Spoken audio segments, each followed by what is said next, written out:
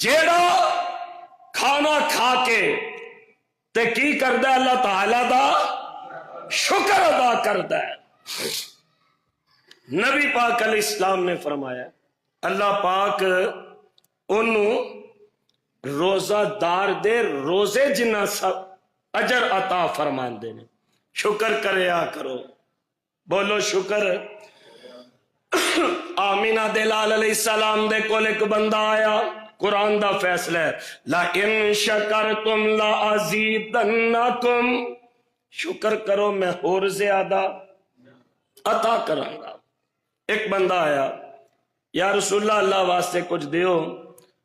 کملی والے مصطفیٰ کریم علیہ السلام دے کول ایک کھجور سی۔ فرمایا اہل انہیں نہ گو ایڈا منہ بنا لیا۔ توجہ، وہ حدیث پاک چاہتا نا متکبر